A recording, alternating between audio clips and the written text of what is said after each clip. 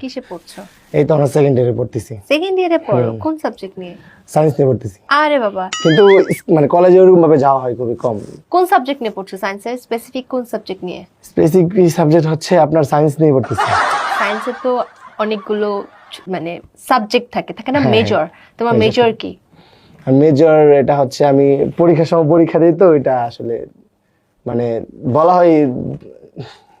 আচ্ছা, পরীক্ষার সময় পরীক্ষা দাও? আমি জাস্ট কলেজে যাই, এক্সাম দিই, দেন চলে আসি। মানে বিজনেস নিয়ে, কন্টেন্ট নিয়ে বিজি থাকি। মানে লেখাপড়াতে একটু ওইরকম থাকে না তো মনোযোগ, ওই জন্য আর কি। তোমার সাবজেক্ট কয়টা আছে বলো? কয়টা পরীক্ষা দিতে হয় বলো?